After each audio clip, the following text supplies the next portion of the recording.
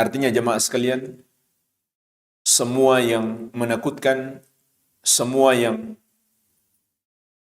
menyengsarakan di kehidupan dunia ini, dan semua penderitaan dan rasa sakit di kehidupan dunia ini, tidak ada apa-apanya dibandingkan dengan azab kubur.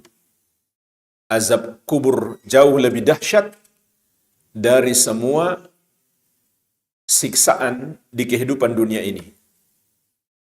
Dan azab di hari kebangkitan, azab di padang mahsyar lebih dahsyat daripada azab kubur. Dan azab neraka lebih dahsyat daripada azab di padang mahsyar. Maka Nabi SAW mengabarkan kepada kita, kuburan itu adalah penentu celaka atau bahagia seseorang. Kalau dia selamat di kuburan, maka perjalanan berikutnya semakin mudah. Tapi kalau dia tidak selamat, maka perjalanan berikutnya semakin berat.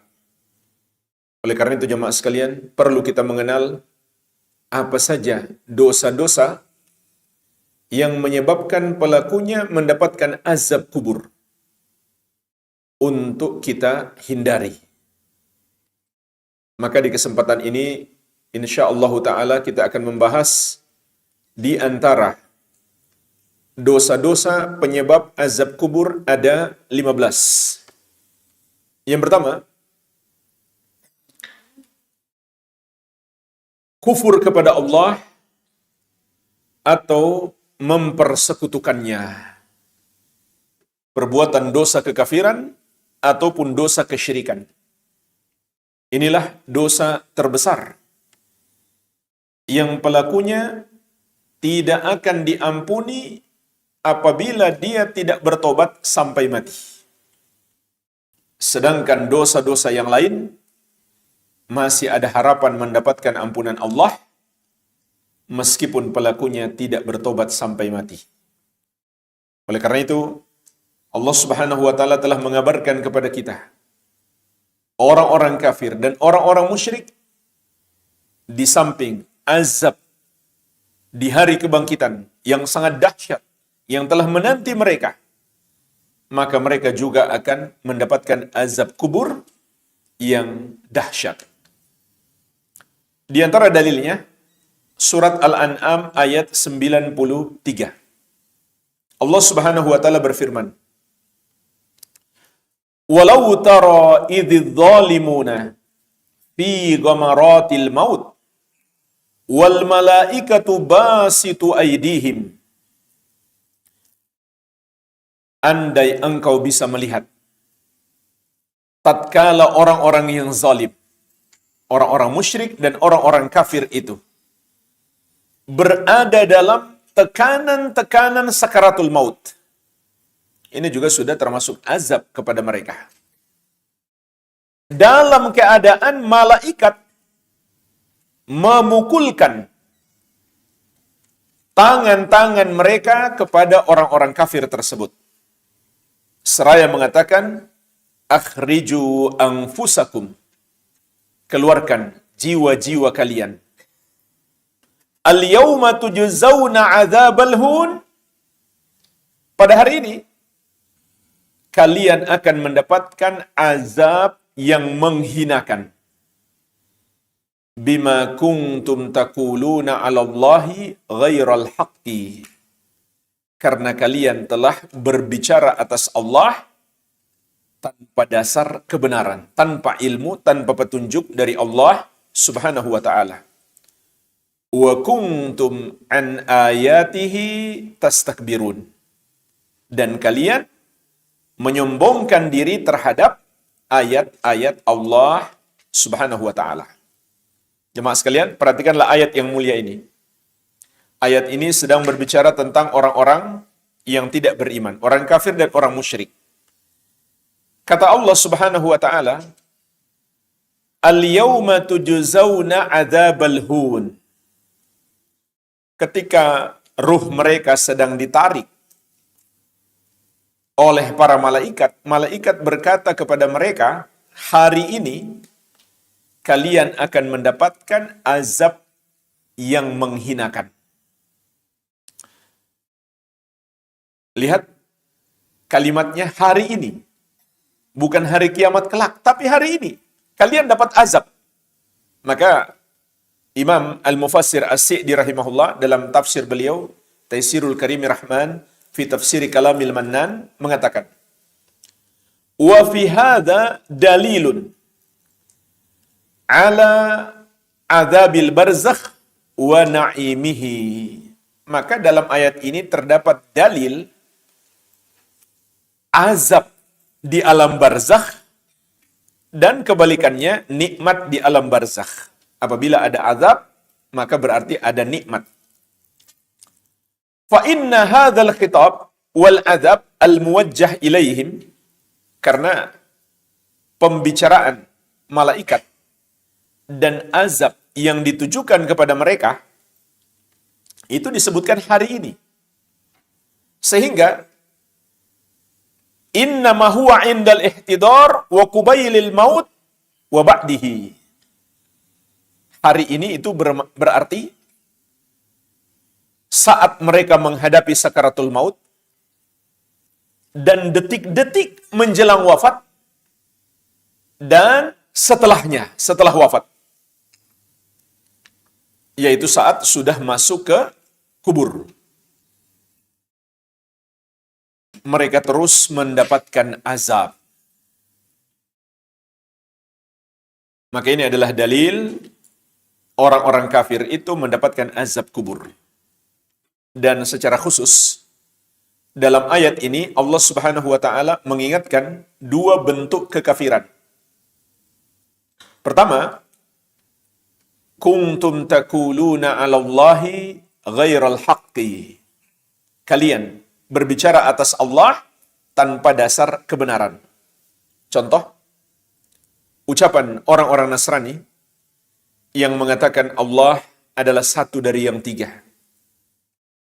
Atau Isa alaihi salam yang mereka sebut Yesus adalah Allah itu sendiri.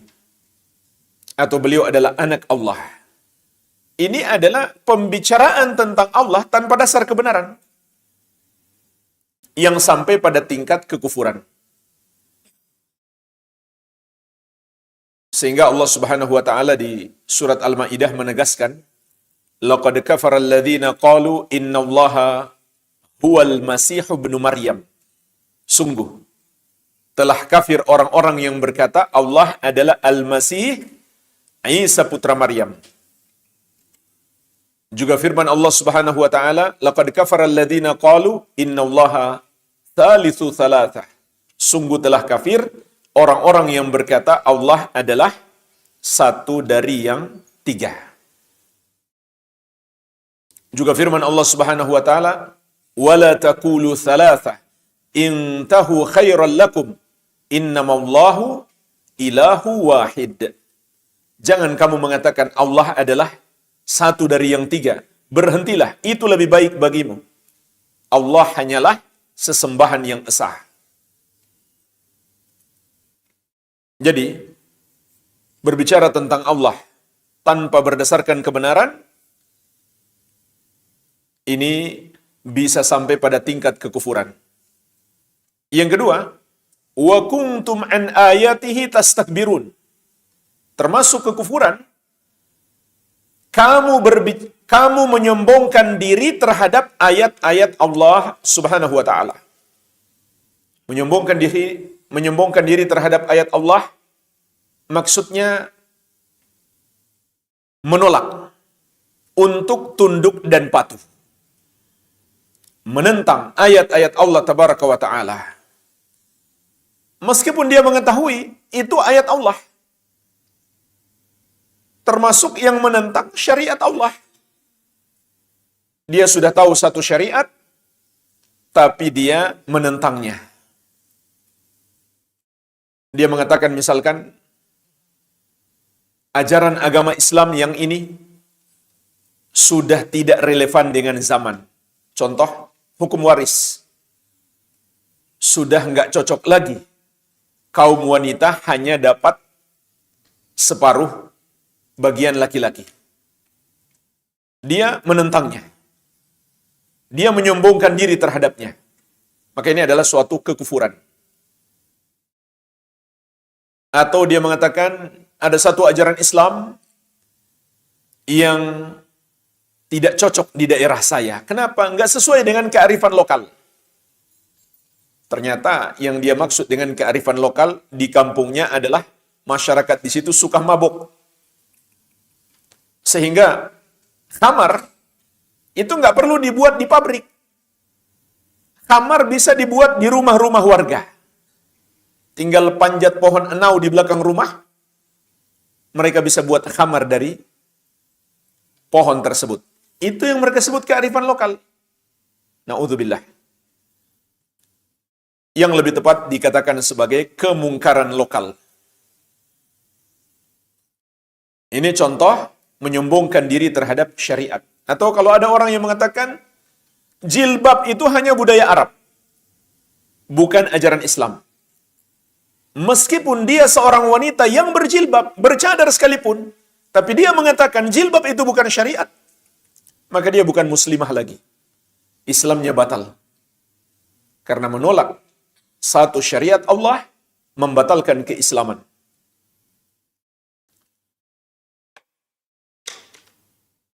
Maka ini termasuk kekufuran yang pelakunya terancam azab kubur yang sangat keras, belum lagi azab yang menantinya di hari kiamat. Ayat yang lainnya, surat Ghafir ayat ke-46.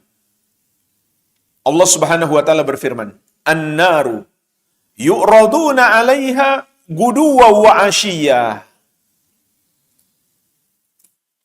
Mereka, yaitu Fir'aun dan bala tentaranya, dipaparkan ke neraka setiap hari pagi dan petang.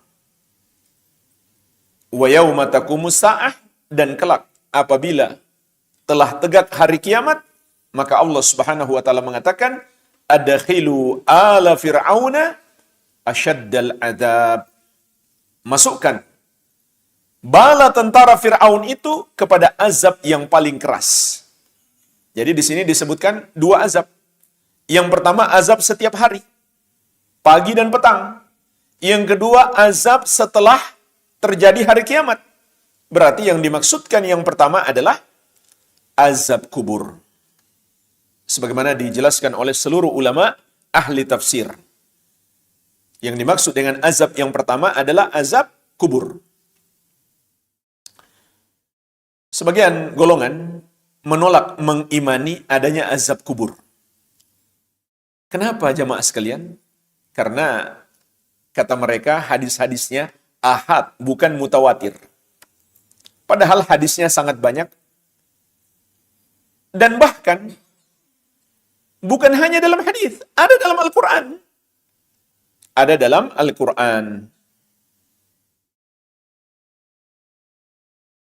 Maka ini adalah azab yang Allah timpakan kepada Fir'aun dan bala tentaranya karena kekafiran mereka.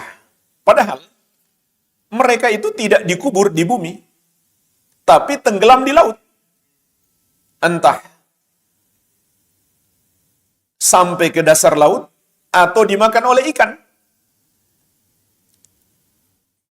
atau musnah karena sebab tertentu. Tapi Allah Azza wa Jalla maha mampu menimpakan azab kubur kepada mereka.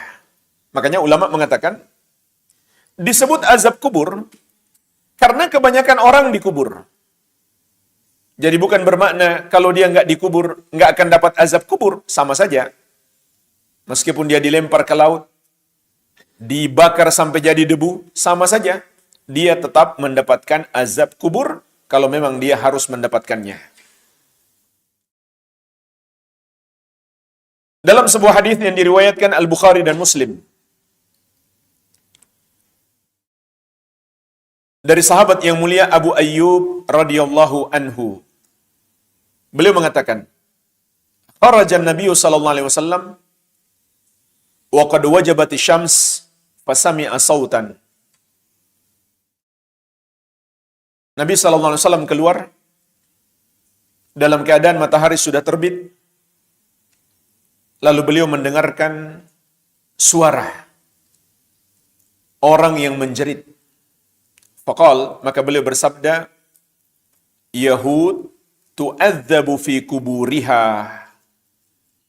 Itu adalah suaranya orang Yahudi yang diazab di kuburannya. Ada suatu kisah yang sangat mencengangkan disebutkan oleh Imam Ibnul Jauzi rahimahullah di sebuah perkampungan kaum muslimin yang berbatasan dengan perkampungan Yahudi dan Nasrani. Bahwasannya kebiasaan orang di situ, kalau hewan ternak mereka sakit perut, mereka bawa ke kuburan orang-orang kafir. Mereka bawa ke kuburan orang-orang kafir.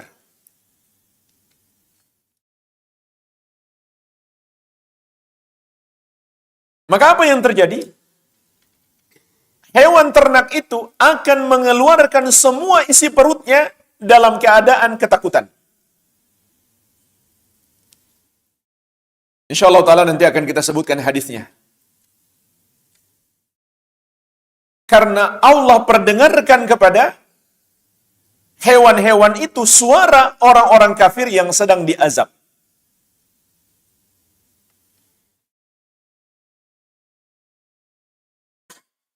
Ini adalah sebuah kisah, namun yang paling penting bagi kita adalah ayat-ayat dan hadis yang menunjukkan hal tersebut. Jadi ini yang pertama. Dosa kekufuran dan kesyirikan. Dosa yang membatalkan keislaman. Jadi pelaku dosa ini adalah semua non-muslim. Semua selain orang Islam. Atau tadinya dia muslim, karena dia melakukannya, maka Islamnya batal. Dia menjadi murtad, keluar dari Islam. Kalau begitu jamaah sekalian, mempelajari tentang dosa-dosa kekufuran dan kesyirikan, itu adalah ilmu yang sangat penting untuk kita pelajari.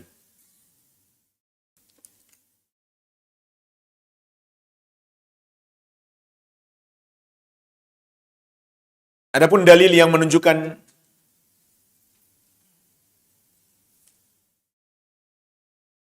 saking mengenaskan azab yang mereka terima dan mereka berteriak sehingga bisa didengarkan oleh makhluk-makhluk yang ada di situ. Di antaranya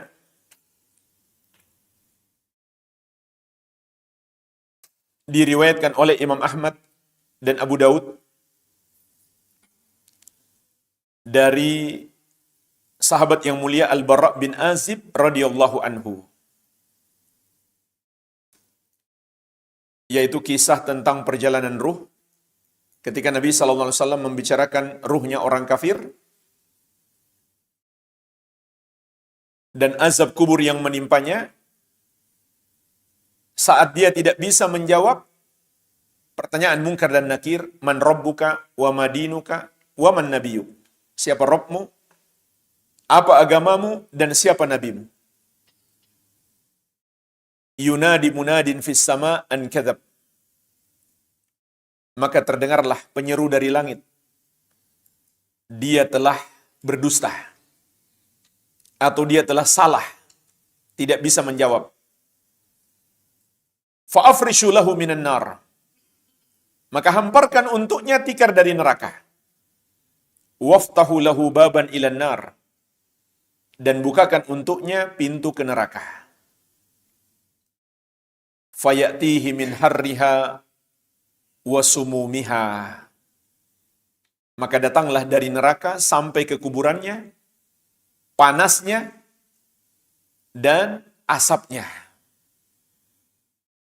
Wa yudayyaqu alaihi fi qabrihi.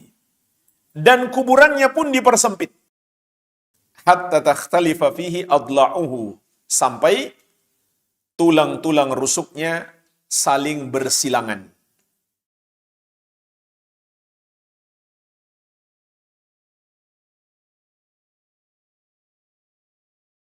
Summa yuqayyad lahu a'ma asam abkam fi yadihi mirzabah.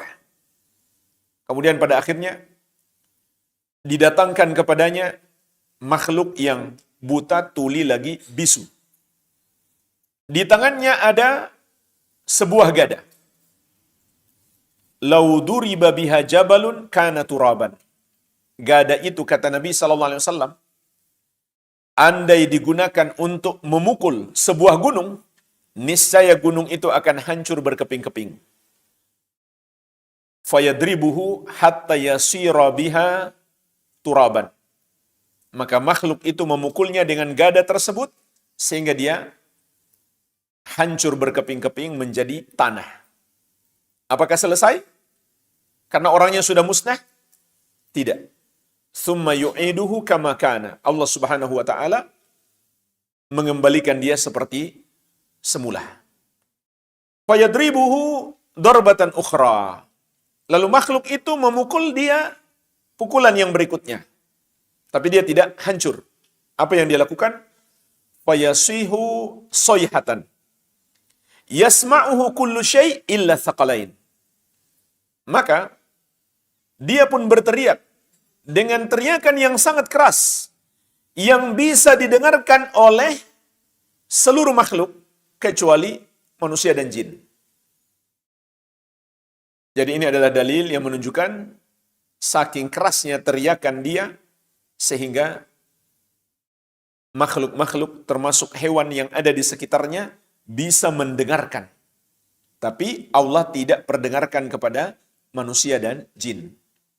Bayangkan kalau kita bisa dengar. Mungkin tidak ada yang berani datang ke kuburan lagi. Sekarang saja sudah banyak yang takut ke kuburan. Takut ada hantu. Padahal harusnya hantu itu yang takut kepada kita, jemaah sekalian. Bukan kita yang takut hantu. Harusnya hantu itu yang takut kepada kita. Karena kalau dia menampakkan diri, memungkinkan bagi kita untuk menyakitinya. Kalau dia nggak menampakkan diri, bisa juga kita menyakitinya, tapi kita nggak sadari. Tapi kalau dia menampakkan diri, kita bisa tonjok. Dan itu dilakukan oleh sebagian ulama salaf. Kalau ada setan menampakkan diri, dipukul. Abu Hurairah radhiyallahu anhu menangkap setan yang mencuri harta zakat. Jadi justru dia dalam kondisi yang membahayakan dirinya kalau dia menampakkan diri. Sayangnya ketika dia menampakkan diri, penampakannya memang menakutkan. Padahal itu bukan bentuk aslinya. Dia cuma ingin menakuti kita. Para jin itu sama saja seperti kita. Dia bukan yang maha kuat. Biasa aja. Dia hanyalah makhluk yang lemah, sama seperti kita. Namun yang paling penting bagi kita adalah meminta pertolongan kepada Allah Subhanahu wa taala. Dan juga jangan percaya film. Nggak ada ceritanya orang yang sudah wafat kemudian jadi hantu, nggak ada. Yang jadi hantu itu setan. Hanya untuk menakut-nakuti kita. Tidak ada ceritanya kita berjalan di kubur tengah malam, lalu ada tangan keluar dari kubur, tangkap kita, nggak ada. Allah Subhanahu wa taala menegaskan, "Wa mi waraihim barzakhun ila yaumi yub'atsun." Di hadapan mereka, di hadapan orang-orang yang sudah wafat itu, ada barzakh, yaitu dinding pembatas. Mereka tidak akan bisa keluar dari kubur. Sampai kapan? Sampai hari kebangkitan. Oleh karena itu meyakini ada arwah gentayangan, apalagi jadi hantu dan balas dendam, itu adalah keyakinan yang bertentangan dengan Al-Quran. Dan juga berarti mendustakan ayat dan hadis yang berbicara tentang nikmat dan azab kubur. Kesimpulan daripada ayat dan hadis tentang nikmat dan azab kubur, manusia pada akhirnya terbagi dua. Mendapatkan nikmat di kubur atau mendapatkan azab. Nggak ada yang jalan-jalan di dunia, nggak ada. Dua kemungkinan terjadi padanya, nikmat kubur atau azab kubur. Dosa penyebab azab kubur yang kedua adalah kemunafikan. Kemunafikan itu termasuk kekufuran. Tapi Allah Subhanahu wa taala mengingatkan secara khusus dalam Al-Qur'an akan azab kubur bagi orang-orang munafik. Bahkan azab bagi orang-orang munafik lebih dahsyat. Karena bahaya kemunafikan lebih besar terhadap Islam dan kaum muslimin. Di antaranya Allah sebutkan dalam surat At-Taubah ayat 101. Wa mimman haulakum minal a'rabi munafikuna. Dan di antara orang-orang di sekitar kalian dari kalangan Arab-Arab Badui ada orang-orang munafik. Wa min ahlil madinati maradu 'alan nifaqi. Begitu pula dari kalangan penduduk kota Madinah ketika masa Nabi sallallahu alaihi wasallam ada yang sangat parah kemunafikan mereka. La ta'lamuhum nahnu na'lamuhum. Kamu tidak mengetahui siapa saja mereka, namun kami mengetahui siapa saja mereka. Jadi Rasulullah sallallahu alaihi wasallam enggak tahu isi hati orang. Dia beriman dengan benar atau dia munafik. Kecuali Allah memberitahukannya. Kata Allah Subhanahu wa taala, kamu wahai Muhammad tidak mengetahui siapa saja orang munafik itu. Namun kami mengetahui mereka. Sanu'adzibuhum marratain. Lalu kata Allah Subhanahu wa taala, kami akan mengazab mereka 2 kali. Summa yuradduna ila adzabin azim. Kemudian mereka akan dikembalikan kepada azab yang besar. Jadi disebutkan di sini azab mereka totalnya 3 kali. Pertama Allah sebut 2 kali, kemudian akan dikembalikan kepada azab yang besar menjadi 3. Azab yang besar maknanya jelas, yaitu azab neraka. Lalu apa yang dimaksud dengan diazab 2 kali? Imam Qatadah, imam besar ahli tafsir dari generasi tabi'in, dan Ar-Rabi' bin Anas rahimahumallahu ta'ala mengatakan, maksudnya adalah ihdahuma fid dunya wal ukhra hiya adzabul qabri. Azab 2 kali yang Allah akan timpakan kepada orang-orang munafik itu, yang pertama adalah di dunia, yang kedua adalah azab kubur. Dan dalam sebagian riwayat tentang orang yang tidak bisa menjawab pertanyaan malaikat Munkar dan Nakir, maka Nabi SAW mengatakan, wa in kana munafiqan, apabila orangnya munafik. Qala, jawaban dia terhadap malaikat Munkar dan Nakir adalah, sami'tun nas yaquluna qawlan faqultu mithlahu la adri. Ketika dia ditanya man rabbuka wa madinuka wa man nabiyuka, siapa Rabbmu, apa agamamu, siapa nabimu, maka dia menjawab, aku mendengar orang-orang mengatakan sesuatu, maka aku pun berkata seperti itu. Jadi aku tidak tahu. Maksud hadis ini jemaah sekalian adalah mereka di dunia tidak belajar, hanya ikut-ikutan. Aku mendengar manusia berkata seperti itu yang aku ikuti. Dia tidak belajar dari ilmu yang sahih berdasarkan Al-Quran dan Sunnah. Kata Nabi SAW, ini keadaan orang munafik. Fayakulani, maka malaikat Munkar dan Nakir berkata kepadanya, qad kunna na'lamu annaka taqulu dzalik. Kami memang sudah tahu kamu akan menjawab seperti itu. Fayuqal lil ard, maka dikatakan kepada bumi, yaitu tempat dia dikubur, iltaimi alaih, jepitlah dia. Fataltaimu alaihi, maka bumi pun menjepitnya. Fatakhtalif adla'uhu, sehingga tulang-tulang rusuknya saling bersilangan.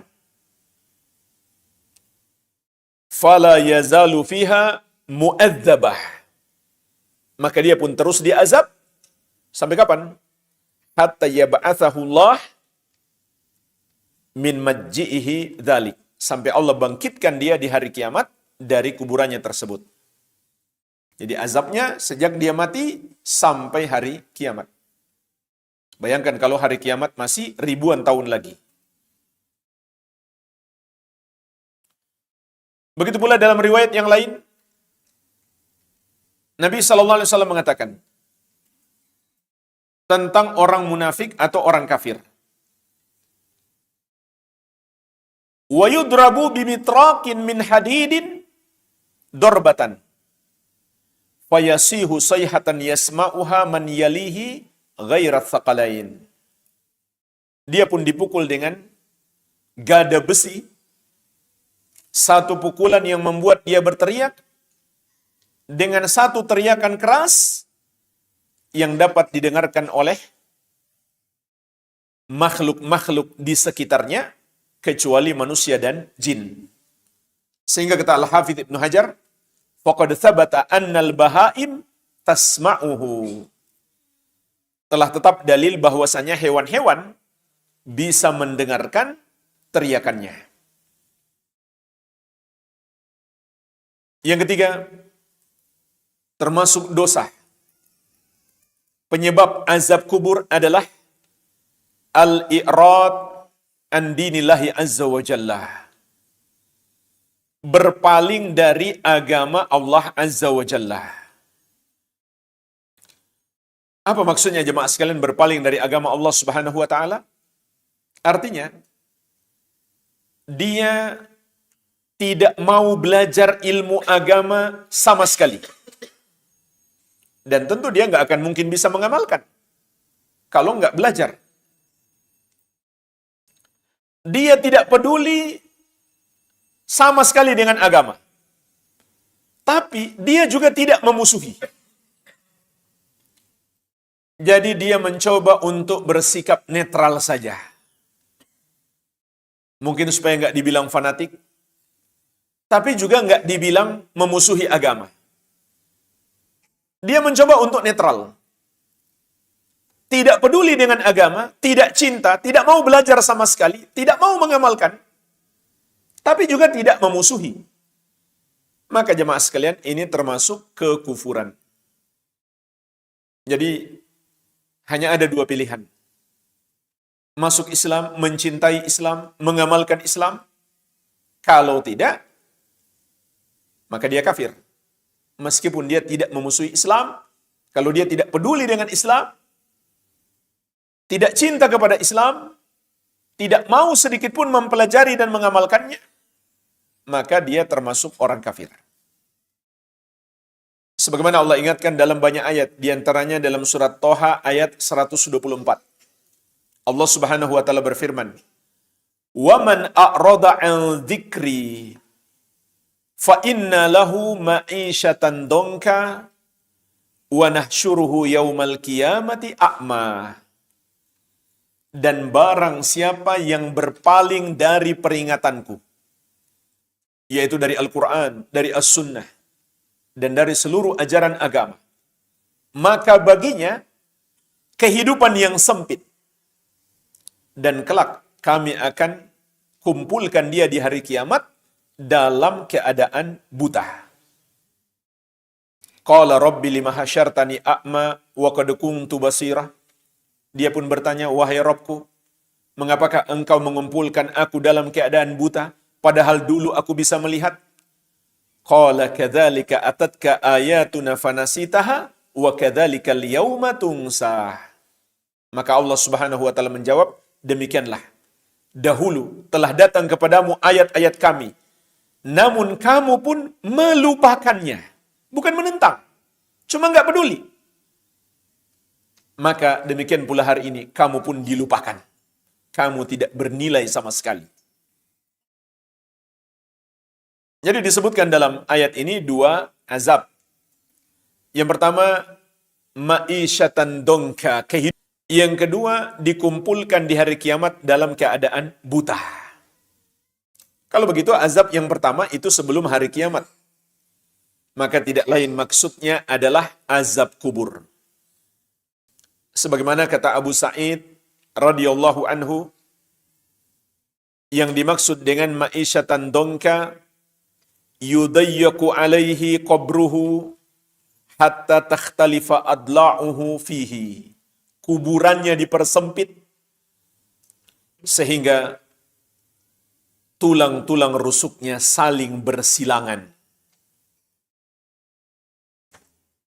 Namun Imam Ibnu Qayyim rahimahullah mengatakan, ayat ini juga bermakna umum. Artinya, kehidupan yang sempit itu juga bisa jadi termasuk azab di dunia.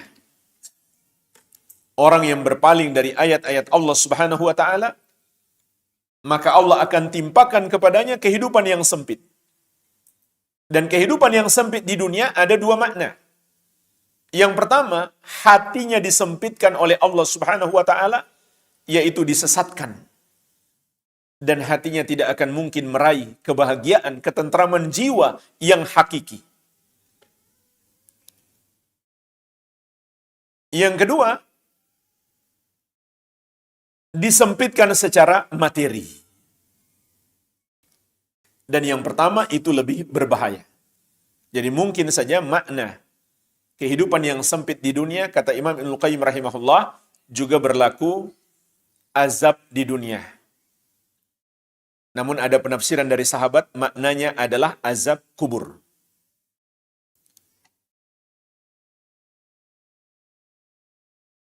Dosa penyebab siksa kubur yang keempat dan kelima terdapat dalam satu lafaz hadis. Yang keempat adalah menolak Al-Quran setelah dia mengetahuinya dan tidur dari solat. Sengaja tidur, tidak melakukan solat. Disebutkan dalam hadis Samurah bin Jundub radhiyallahu anhu yang diriwayatkan Al-Bukhari dan Muslim. Nabi SAW menceritakan tentang kedatangan dua malaikat yang membawa beliau.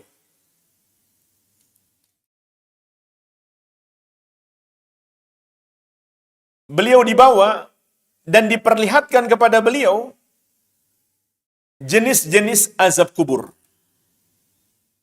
Kata Nabi SAW,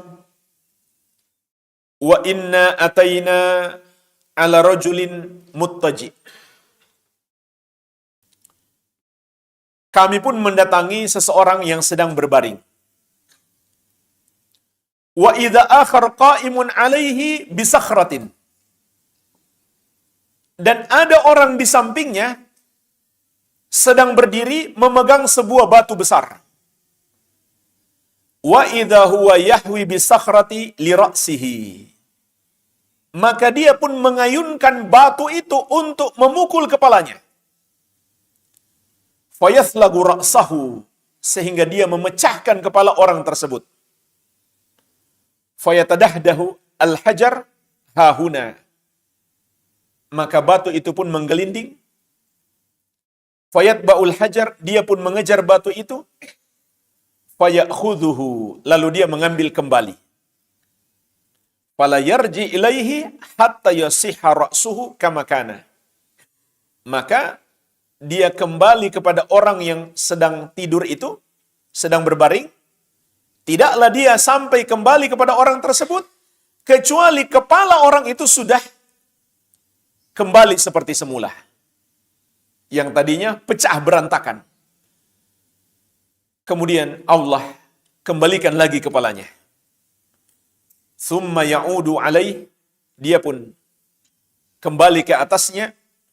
Fayaf'alu bihi mithla ma fa'ala bihi al-marratal ula. Dia pun melakukan seperti yang dia lakukan tadi.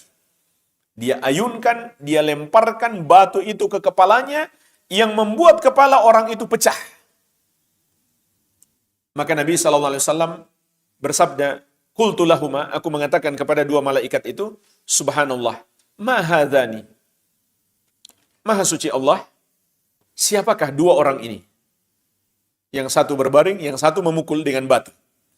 Di akhir hadis, malaikat menjawab, amma rajulul awwal alladzi ataita alaihi yuthlagu ra'suhu bil hajar.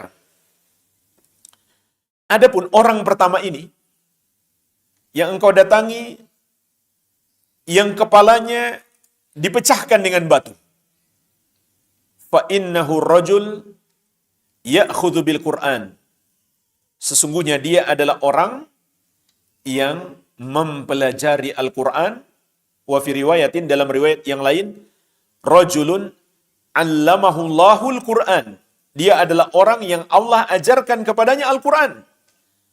Fayarfuduhu, namun dia menolak Al-Qur'an itu. Maksudnya menolak perintah yang ada dalam Al-Qur'an. Ajaran Allah yang ada dalam Al-Qur'an. Padahal dia belajar Al-Qur'an. Tapi dia menolak ajaran-ajaran Al-Qur'an. Wa yanamu anis salatil maktubah. Dan dia juga tidur, tidak melakukan solat wajib. Dalam riwayat yang lain, yuf'alu bihi ila yaumil qiyamah. Dia diazab seperti itu sampai hari kiamat. Kata para ulama, ini dua dosa dengan satu bentuk azab. Yang kita berikan poin yang keempat, yaitu menolak Al-Quran. Maksudnya menolak ajaran-ajaran Al-Quran. Padahal dia mempelajari Al-Quran. Tapi dia mendustakannya. Contoh di masa sekarang adalah kaum liberal. Mereka juga belajar Quran. Tapi mereka pelajari justru untuk menolak ajaran Al-Quran. Makanya sampai mereka bikin sebuah disertasi untuk meraih gelar doktor. Disertasi di Fakultas Agama Islam. Di sebuah universitas Islam. Negeri. Di negara kita. Universitas Islam Negeri, UIN. Dan anehnya, para gurunya, para dosennya, itu sudah meloloskan. Dia hampir jadi doktor. Kalau tidak dikritik netizen, gara-gara dikritik netizen satu negeri, pada akhirnya waktu itu dibatalkan. Entah setelah sudah nggak ribut, dia sudah jadi dokter beneran atau tidak. Dan dia juga dosen di UIN. Apakah di UIN yang sama atau UIN yang lain? Yang jelas dia dosen. Jadi, belajar Al-Quran, utak-atik ayat, untuk menghasilkan satu kesimpulan hukum, zina itu boleh. Syaratnya apa? Sama-sama suka dan nggak ketahuan. Dia berdalil dengan ayat-ayat. Di antaranya dia berdalil dengan ayat-ayat tentang bolehnya sang tuan menggauli budaknya yang perempuan. Jadi, orang merdeka dia samakan dengan budak. Sehingga boleh zina.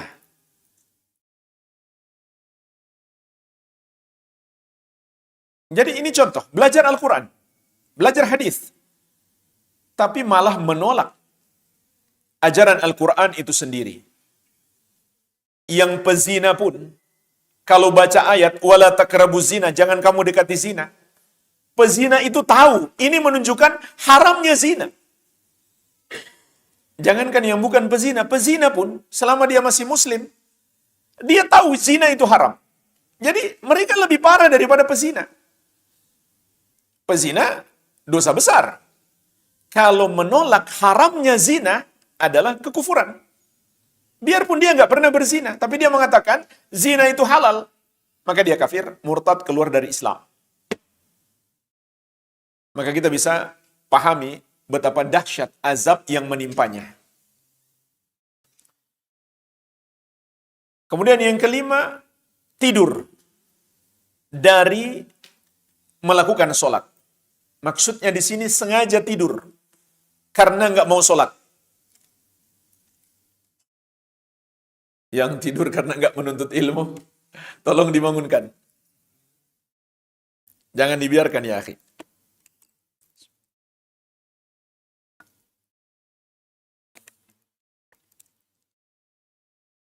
Jadi maksudnya di sini dia sengaja tidur ya.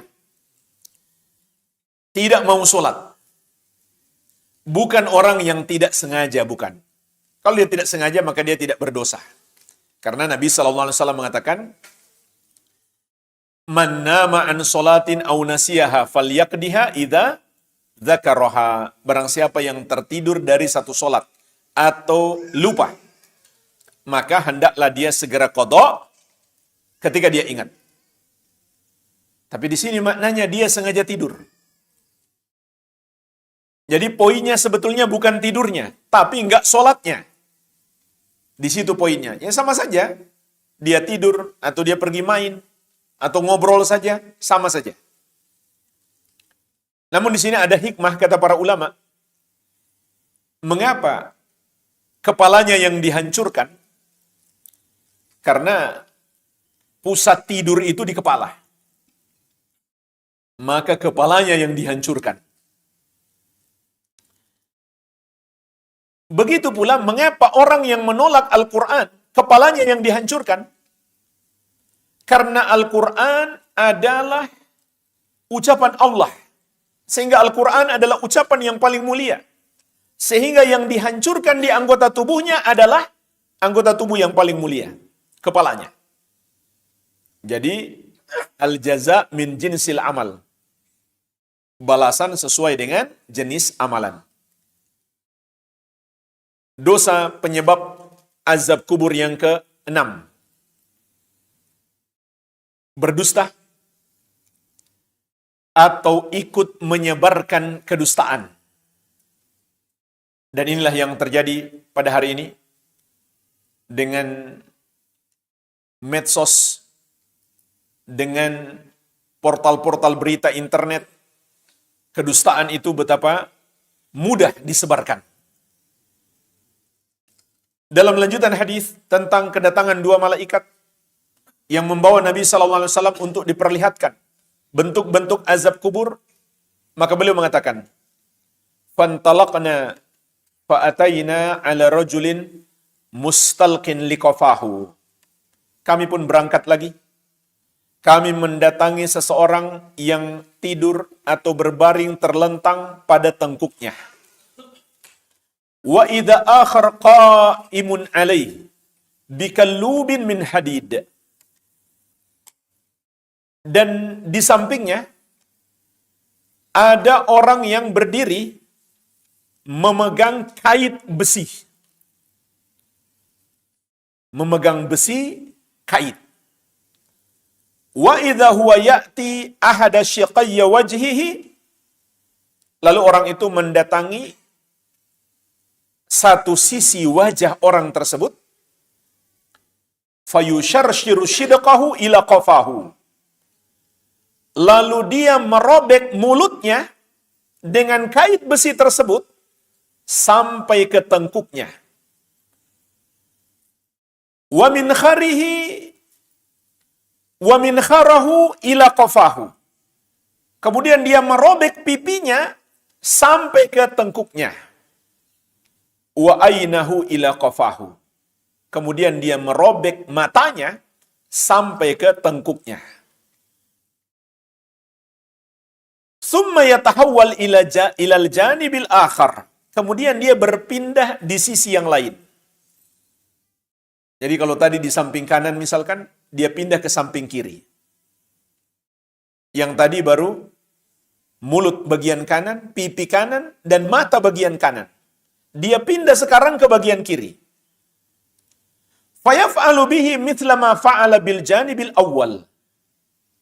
Maka dia pun melakukan seperti yang dia lakukan sebelumnya.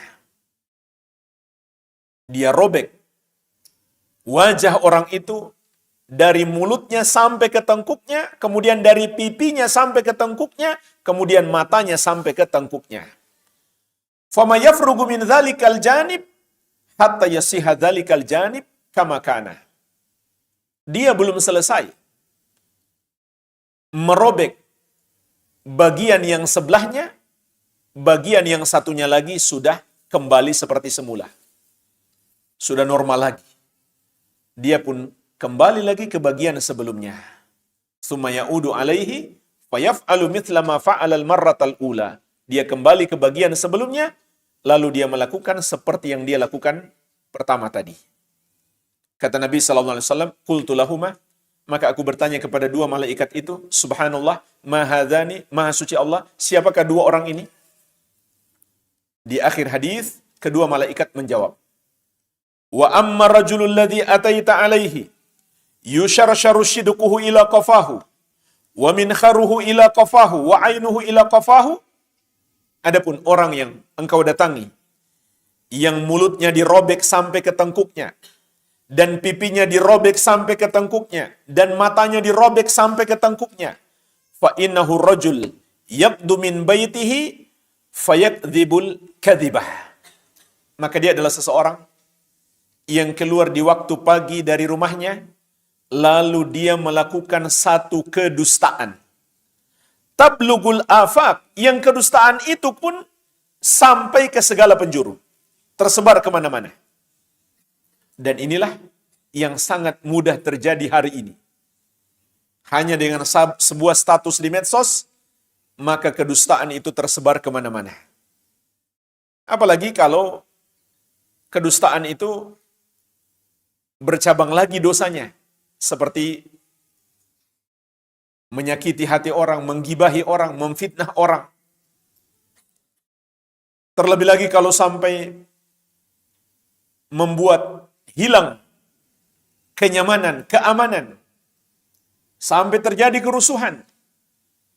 Ini mungkin saja muncul dari suatu berita hoax. Maka hati-hati. Namun sayangnya jemaah sekalian, menyebarkan hoax bagi sebagian orang malah pekerjaannya. Kalau dulu mereka disebut wartawan. Tentu enggak semuanya ya. Sebagian suka menyebarkan hoax. Tapi sekarang mereka disebut netizen. Bukan hanya wartawan, semua yang punya medsos sekarang memungkinkan untuk berdusta dan menyebarkan hoax seluas-luasnya. Tentu tidak semuanya. Maka ini sangat berbahaya, hati-hati. Dan Nabi SAW juga mengingatkan kita, kafa bil mar'i kadziban ayyuhadditsa bikulli ma sami'ah.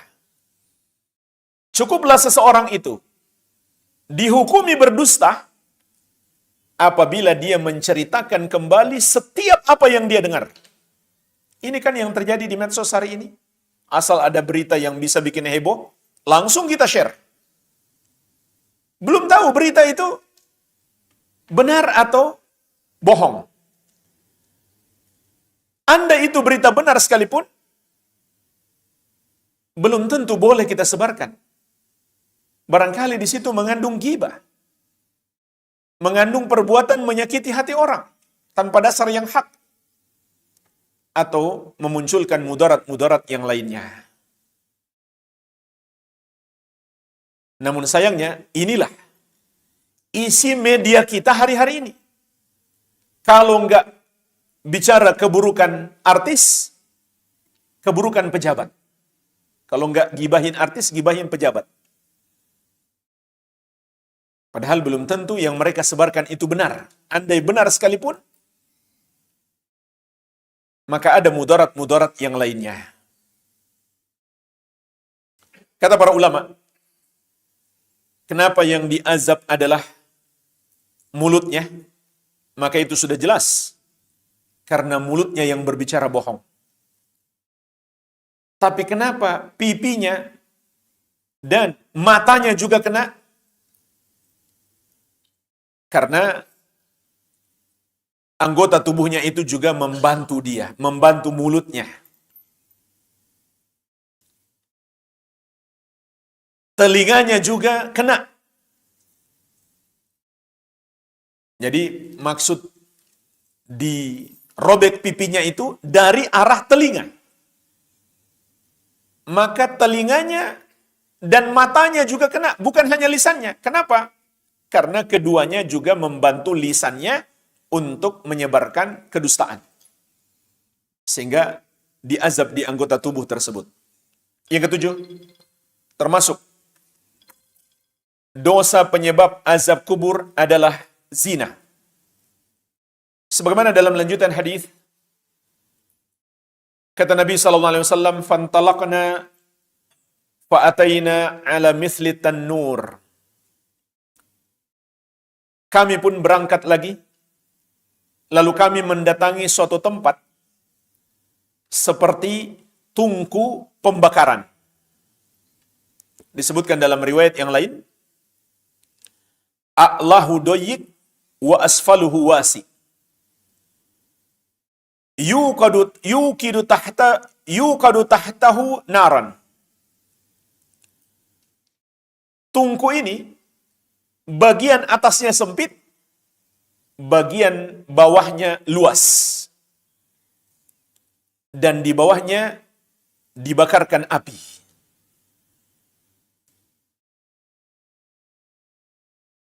Fa'idha fihi lagatun wa aswatun.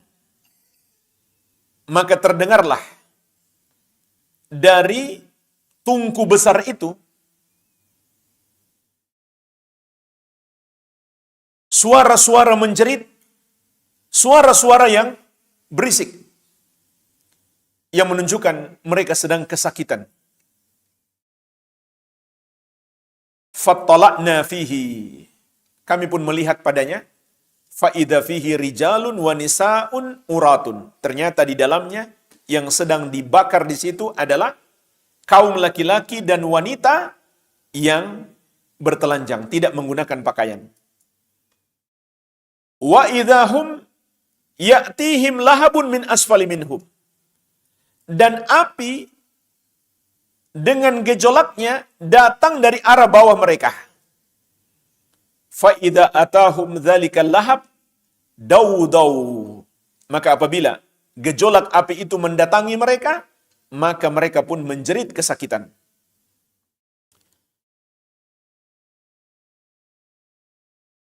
Maka Nabi SAW mengatakan, Qultu lahuma ma haula, aku bertanya kepada dua malaikat, siapa mereka itu? Di akhir hadis, malaikat menjawab, wa amma rijal wan nisa al-urah alladzina fi mithli tan-nur fahumuz zunatu waz-zawani. Adapun kaum laki-laki dan wanita yang bertelanjang itu, yang berada di satu tempat seperti tungku pembakaran, maka mereka adalah para pezina yang laki-laki dan perempuan. Inilah azab kubur bagi para pezina. Belum lagi azab yang menanti di padang mahsyar dan azab neraka. Para ulama juga menjelaskan mengapa mereka diazab terkurung di dalam tungku dalam keadaan tanpa menggunakan pakaian, karena itulah yang mereka lakukan di dunia. Bersembunyi dari manusia untuk berzina. Maka Allah balas dengan yang semisal. Yang kedelapan, termasuk dosa penyebab azab kubur adalah riba. Sebagaimana dalam lanjutan hadis kata Nabi SAW, "Fantalaqna fa'ataina ala nahrin hasibtu annahu kana yaqul ahmar mithlid dam." Kami pun berangkat lagi sampai kami mendatangi sebuah sungai yang berwarna merah seperti darah. Wa idza fin nahri rajulun sabihun yasbah.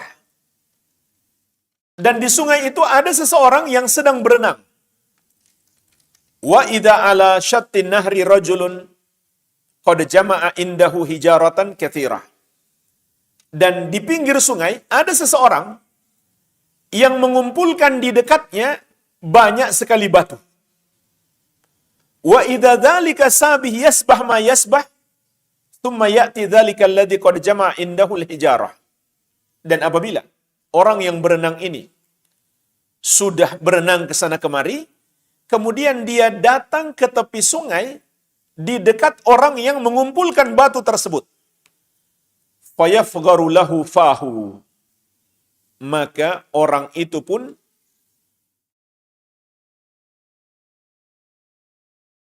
membuka mulut orang tersebut, fayulqimahu hajaran, dan menjejalkan batu ke dalam mulutnya.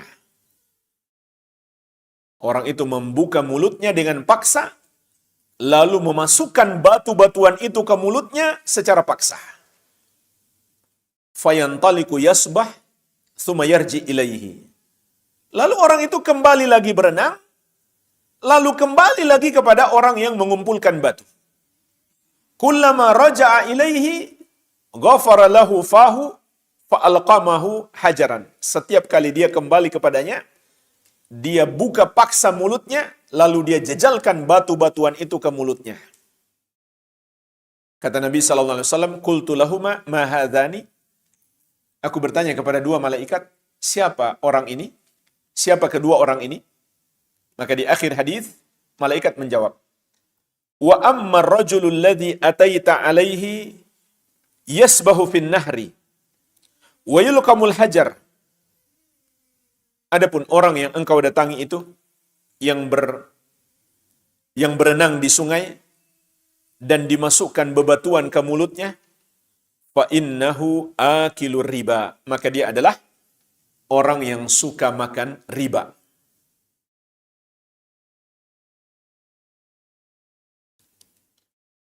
Para ulama mengatakan, jamaah sekalian, mengapa dia dihukum dengan cara seperti itu? Untuk mengingatkan kita bahwa riba itu tidaklah memberi manfaat kepada kita. Malah hanya memudaratkan kita. Meskipun kelihatan harta kita banyak, tapi nggak bermanfaat bagi kita. Persis seperti dia yang sedang diberi makan batu.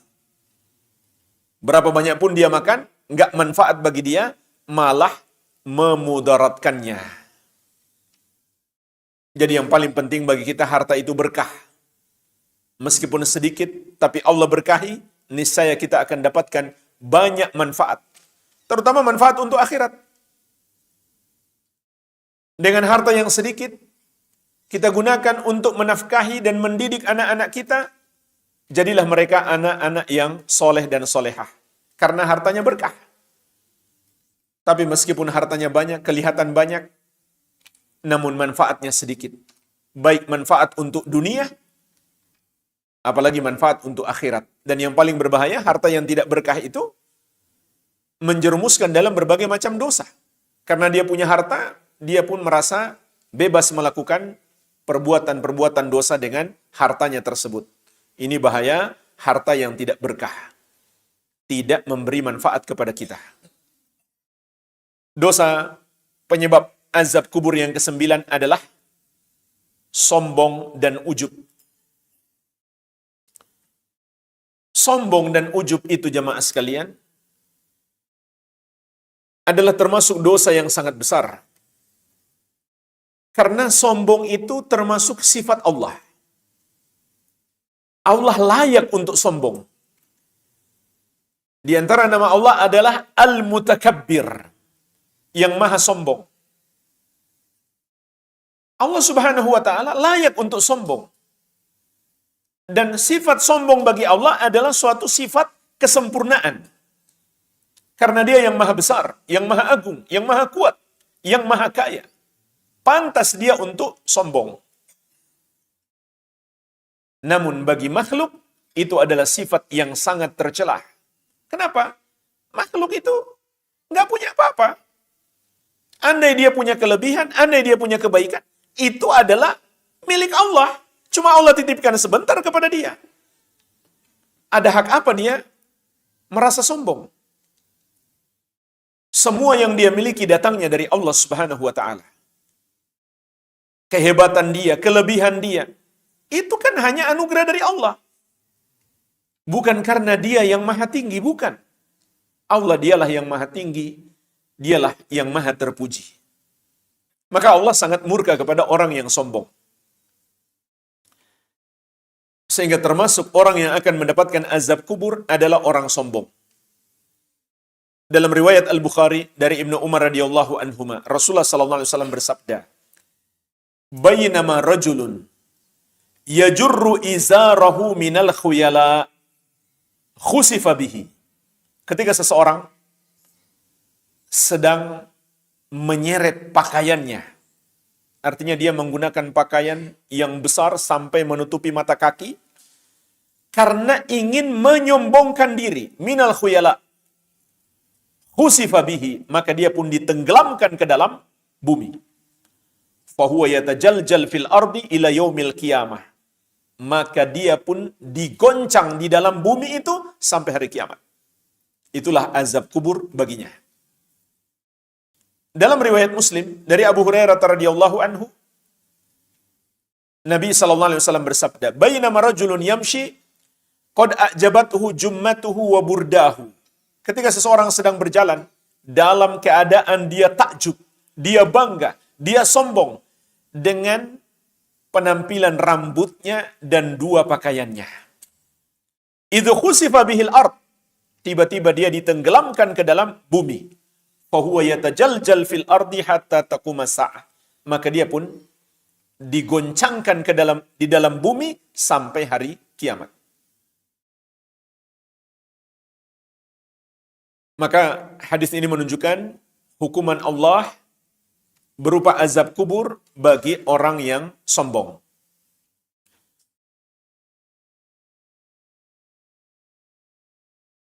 Dan sombong itu macam-macam.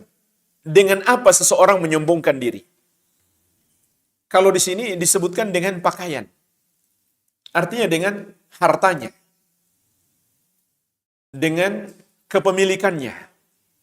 Dengan dunia. Maka itu tidak pantas untuk disombongkan. Termasuk juga sombong dengan ilmu agama, dengan amal soleh. Itu juga tidak pantas.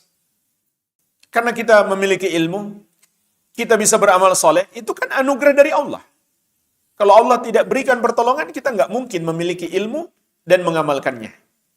Maka hanya Allah yang pantas menyombongkan diri. Namun jemaah sekalian, kategori sombong itu sudah ada ketetapan dari syariat. Bukanlah orang yang sombong itu yang pingin pakai barang-barang mewah, bukan itu orang sombong.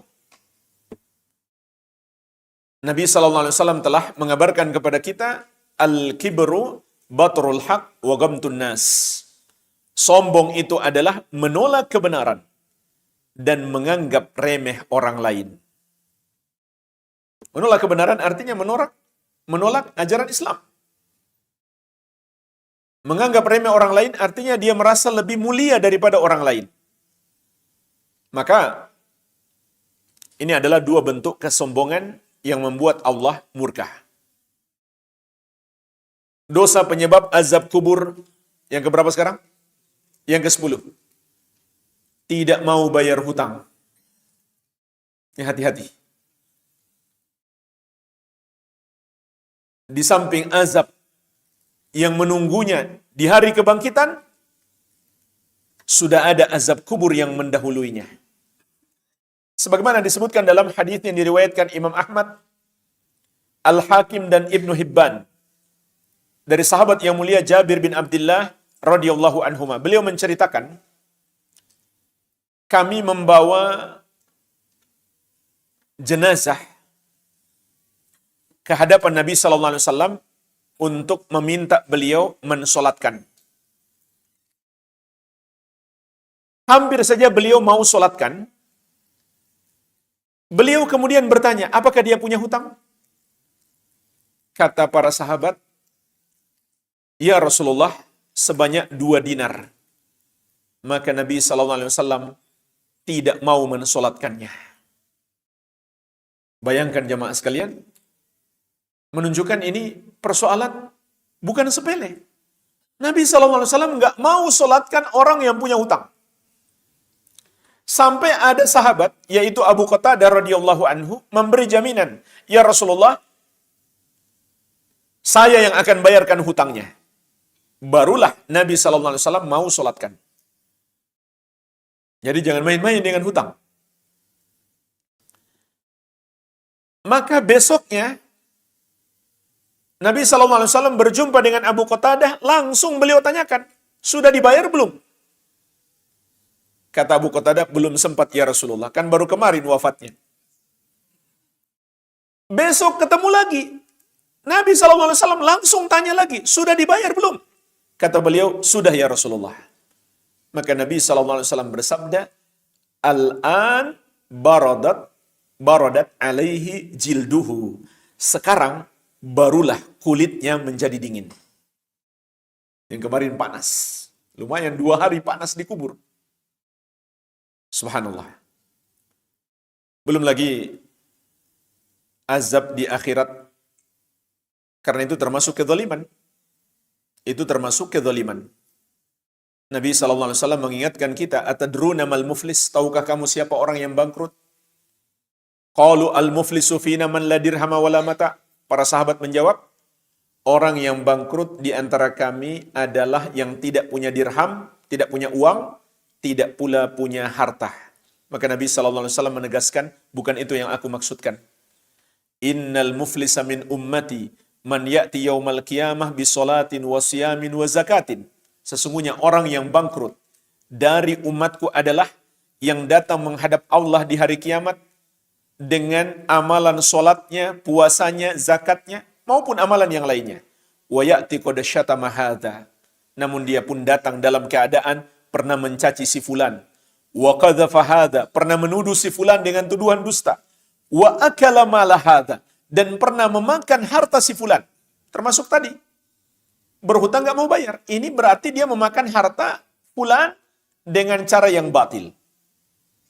Wa safaka dama hadza, dan pernah menumpahkan darah si fulan. Wa daraba hadza, dan pernah memukul si fulan. Fayu'ta hadza min hasanatihi wa hadza min hasanatihi.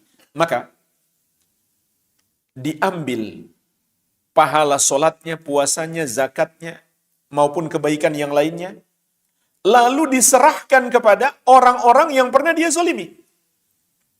Fa in faniyat hasanatuhu qabla ayyuqdama alaih.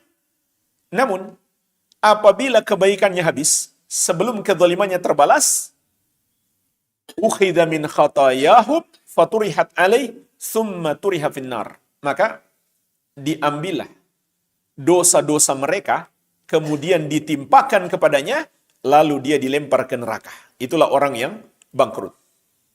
Menghadap Allah dengan segenap amalan, puasanya, sholatnya, zakatnya, dan amal-amal baik yang lainnya, tapi pahalanya hilang.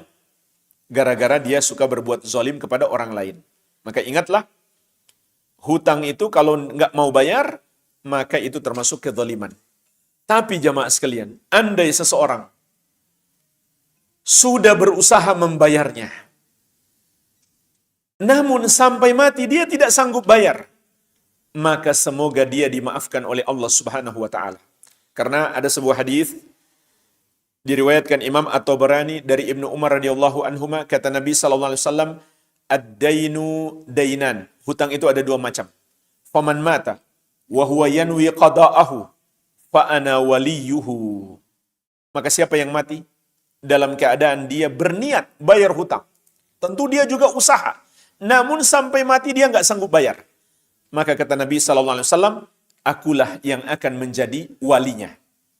Waman mata wala yanwi qada'ahu. Adapun orang yang mati tapi nggak niat bayar hutangnya, tidak pula ada usaha untuk membayar hutang, fadzalika alladzi yu'khadhu min hasanatihi laisa yawma idzin dinarun wala dirhamun. Maka inilah orang yang kelak akan diambil dari kebaikan-kebaikannya untuk membayar hutangnya. Karena pada hari itu, kata Nabi SAW, tidak ada lagi dinar dan dirham. Jadi, yang berhutang tidak dituntut untuk membayar hutang dengan dinar dan dirham lagi. Tapi, dibayar dengan cara diambil kebaikannya, diambil sholatnya, puasanya, zakatnya, lalu diberikan kepada orang yang dia zolimi, yang dia tidak mau bayar hutangnya. Juga Nabi SAW mengatakan, nafsul mu'min mu'allaqatun bidainihi. Jiwa seorang mukmin itu terikat dengan hutangnya. Dia nggak bisa masuk surga gara-gara hutang. Sampai orang yang mati syahid sekalipun terhalang masuk surga gara-gara hutang. Jadi jemaah sekalian, jangan main-main dengan hutang. Dosa penyebab azab kubur yang ke-11 adalah meratapi mayit. Berdasarkan hadis yang diriwayatkan Al-Bukhari dan Muslim dari Ibnu Umar radhiyallahu anhuma, Nabi sallallahu alaihi wasallam mengatakan, "Innal mayyita la yu'adzabu bi bukai ahlihi alaihi." Sesungguhnya mayit itu diazab karena tangisan keluarganya atasnya. Maksudnya tangisan di sini jemaah sekalian, tangisan yang sudah enggak wajar. Seperti berteriak-teriak, bersuara keras, apalagi sambil ngomel-ngomel marah-marah. Maka itu tangisan yang haram. Kalau cuma menangis biasa, boleh. Sebagaimana Nabi SAW pun menangis ketika wafat anak beliau maupun cucu beliau. Dan ini kebanyakan yang melakukan kaum wanita. Menangis sampai histeris, sampai marah-marah. Maka kata Nabi SAW, yang ditangisi diazab. Dalam hadis yang lain, diriwayatkan Imam Muslim dari Ibnu Umar radhiyallahu anhuma. Nabi SAW bersabda, "Al-mayyitu yu'adzabu fi qabrihi bima niha alaihi." Mayit itu diazab di kuburnya disebabkan dia diratapi oleh orang yang masih hidup. Maka jemaah sekalian, hadis ini menunjukkan mayit yang diratapi itu diazab di kubur. Tapi bukankah yang melakukan dosa adalah orang yang masih hidup sementara dia sudah wafat? Jawabannya betul. Oleh karena itu ulama menjelaskan maksud hadis ini adalah dia yang mengajari mereka meratapi mayit. Atau dia sudah tahu mereka suka meratapi mayit, tapi dia nggak mengingatkan mereka. Oleh karena itu, ketika mereka meratapi dia pun mendapatkan azab. Kenapa? Dalam perbuatan mereka ada sebab dari dirinya. Adapun kalau dia sudah mengingatkan mereka, dia sudah mengajari mereka, maka tentu dia tidak lagi berdosa.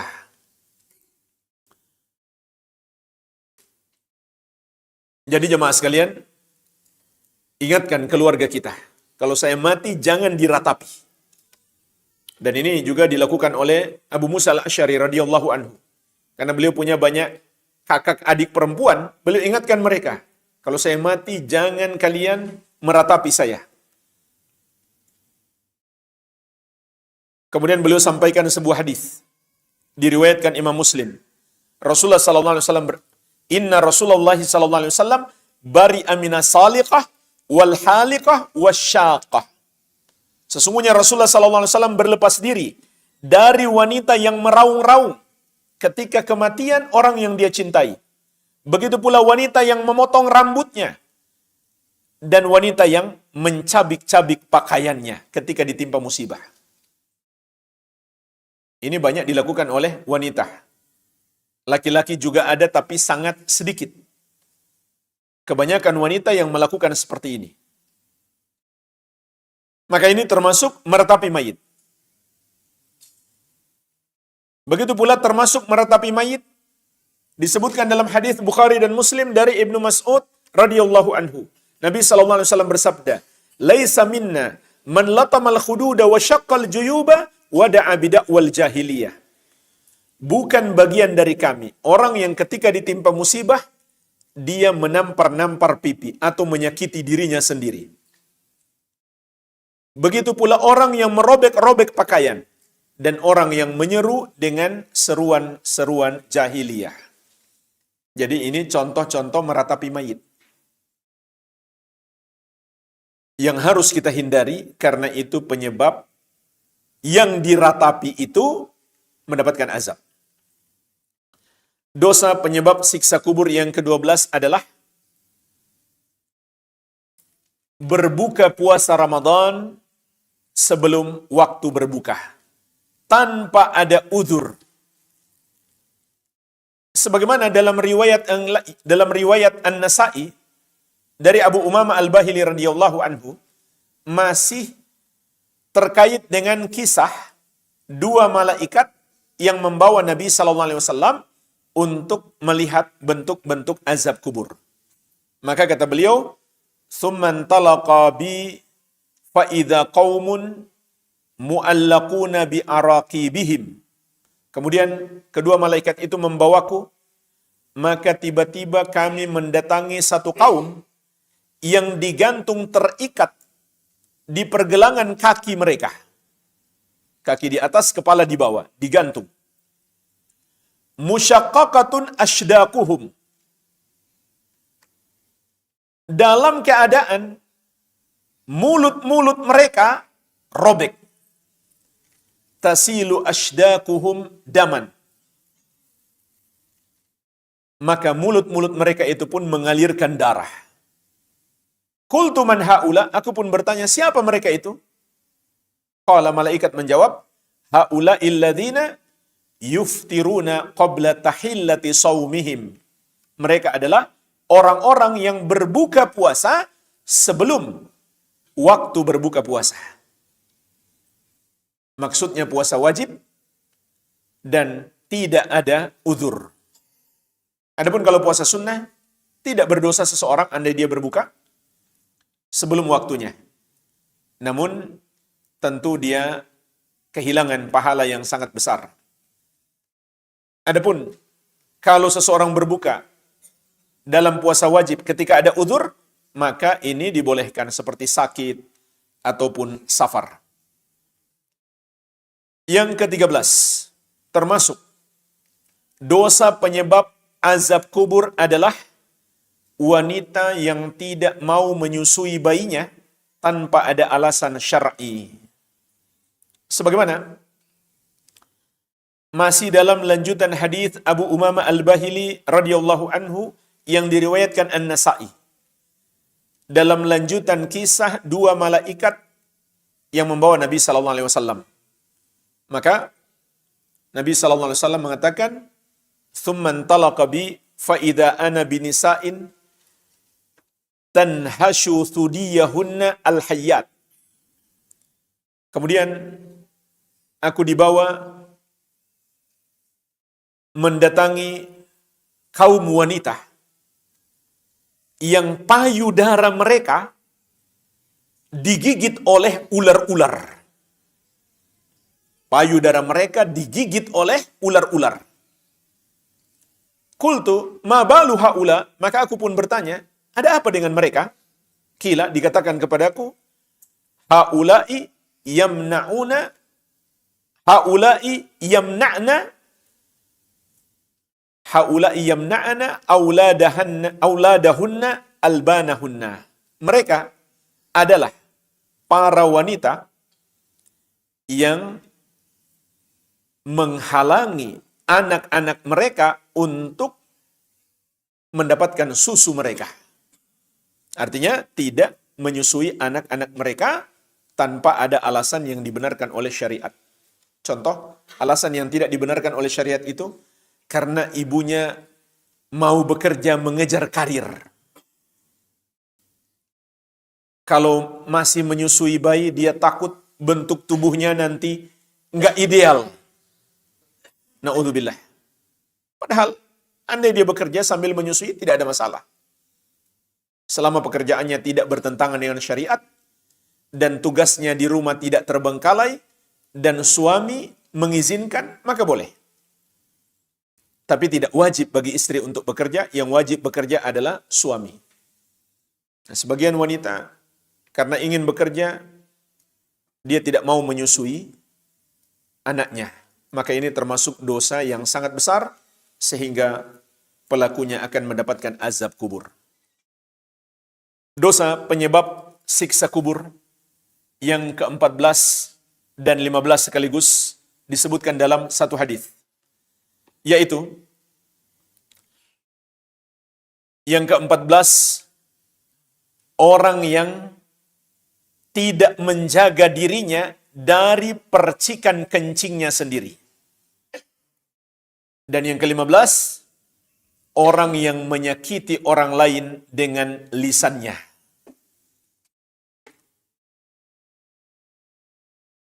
Dalam hadis yang diriwayatkan Al-Bukhari dan Muslim dari Ibnu Abbas radhiyallahu anhuma, beliau menceritakan, marra Nabi sallallahu alaihi wasallam bihaitin min haitanil Madinah atau Makkah.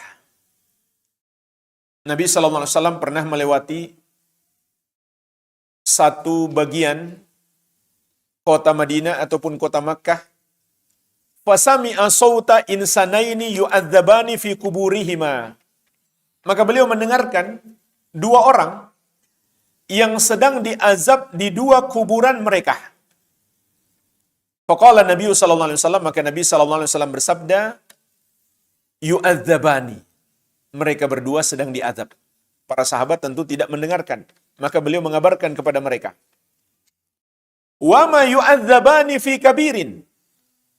Padahal tidaklah mereka berdua diazab karena sesuatu yang besar. Kata para ulama, maksudnya karena sesuatu yang besar artinya yang mereka lakukan itu sesuatu yang mudah ditinggalkan, bukan sesuatu yang sulit ditinggalkan. Tsumma qala,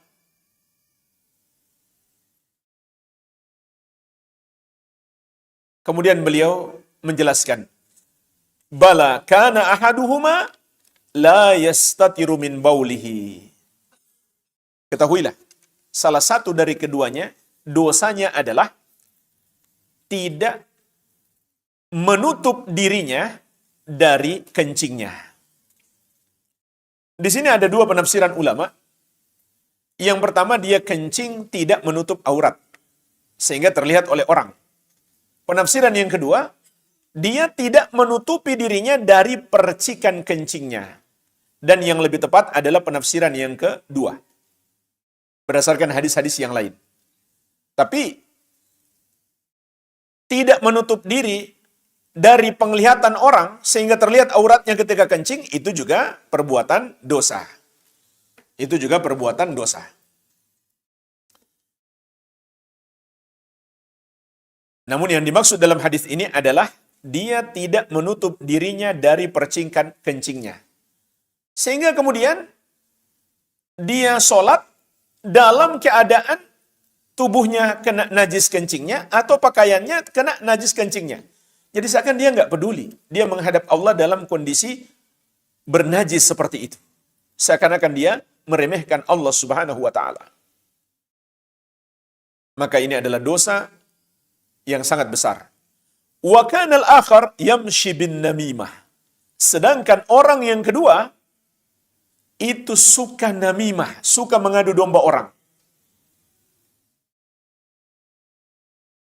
Maka berarti dia berbuat zalim kepada orang dengan lisannya. Di hadis yang lain dari Anas bin Malik radhiyallahu anhu, diriwayatkan oleh Imam Ad-Daruqutni, Rasulullah sallallahu alaihi wasallam bersabda, "Tanazzahu minal baul fa inna ammata adzabil qabri minhu." Sucikan dirimu dari kencing. Jaga dirimu dari percikan kencing. Karena sesungguhnya kebanyakan azab kubur sebabnya adalah kencing. Dan ini berlaku bagi umat Islam juga. Karena ini bukan dosa kekafiran.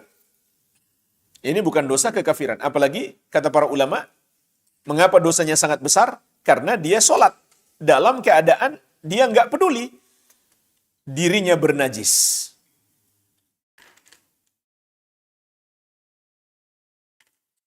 Dalam riwayat Ibnu Hibban dari Abu Hurairah radhiyallahu anhu, Nabi sallallahu alaihi wasallam mengatakan, "Wa kana al-akhar yu'dhin nas bilisanihi."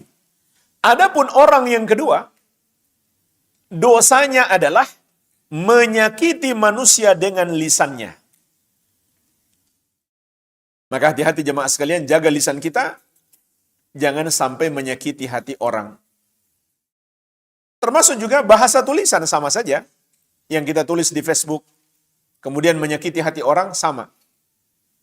Atau kita rekam video kita di YouTube, yang menyakiti hati orang sama.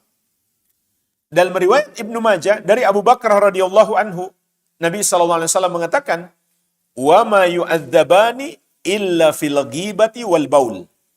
Tidaklah dua penghuni kubur itu diazab kecuali karena ghibah dan kencing. Ghibah juga berarti zalim kepada orang dengan lisan. Membicarakan aib-aib orang tanpa dia ketahui. Itu ghibah. Nabi SAW pernah mengatakan kepada para sahabat,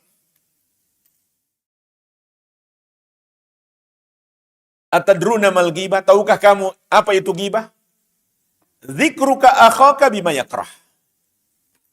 Ghibah itu adalah engkau berbicara tentang saudaramu yang apabila dia dengar dia enggak suka. Maka seorang sahabat bertanya, "Ya Rasulullah, bagaimana kalau yang aku bicarakan itu fakta? Memang keburukan dia." Maka Nabi SAW mengatakan, "In kana fi akhi kama taqul faqad iktabtahu wa in lam takun fihi faqad bahattahu." Kalau memang keburukan itu benar ada pada saudaramu, itulah namanya ghibah. Tapi kalau tidak benar, itu namanya buhtan, yaitu engkau melakukan kedustaan atasnya. Kalau bahasa kita adalah fitnah, kamu sudah memfitnahnya. Jadi, menyakiti hati orang dengan lisan itu juga termasuk sebab seseorang mendapatkan azab kubur. Inilah jemaah sekalian, penjelasan ringkas 15 dosa penyebab azab kubur. Semoga Allah Subhanahu wa taala melindungi kita dari perbuatan-perbuatan dosa tersebut, dan semoga Allah melindungi kita dari azab kubur maupun azab neraka.